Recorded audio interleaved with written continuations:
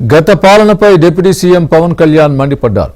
YCP హయాంలో ఉపాధి పనుల్లో అవకతవకలు జరిగాయని, ఉపాధి నిధుల్ని పక్కదారి పట్టించారని ఆగ్రహం వ్యక్తం చేశారు.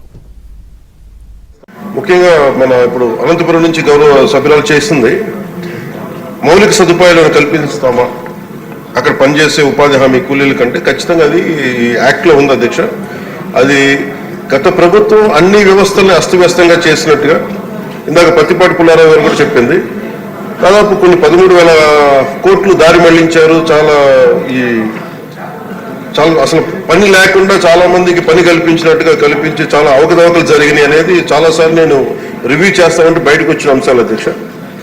కానీ చాలా కొంచెం లోతుగా వెళ్లాల్సిన అవసరం ఉంది.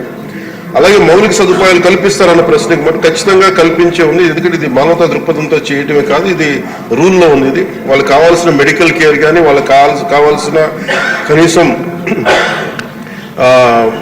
తాగునీటి, మన ముఖ్యంగా మజ్జిగ ఇలాంటివి వీటితో పాటు.